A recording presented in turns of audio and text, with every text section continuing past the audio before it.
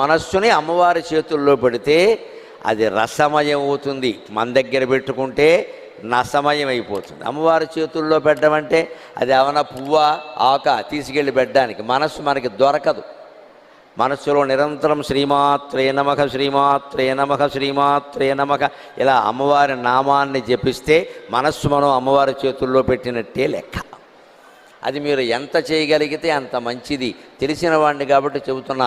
మనస్సులో చేస్తే శుభ్రతతో కూడా నిమిత్తం లేదండి. పడుకొని కూడా చేయొచ్చు, అన్నం తింటూ కూడా చేయొచ్చు. మనస్సులో చేయాలి, బయటికి చేయకూడదు. పెద్దగా మైకులో అరవకూడదు, పెదవులు కూడా కదలకూడదు. మనస్సులో కనుక జపం చేస్తే మనం ఏ వేషంలో ఉన్నా పర్వాలేదు, ఎప్పుడైనా పర్వాలేదు, ఎక్కడైనా పర్వాలేదు. మనస్సుకి ఎప్పుడు మనస్సు ఎలాంటిదంటే నిత్య పవిత్రం, నిత్య అపవిత్రం. నువ్వు వేరే ఆలోచన చేస్తే అపవిత్రం, భగవన్నామాను స్మరించావంటే పవిత్రం. అది లెక్క, అది ఒక్కటే దానికి లెక్క.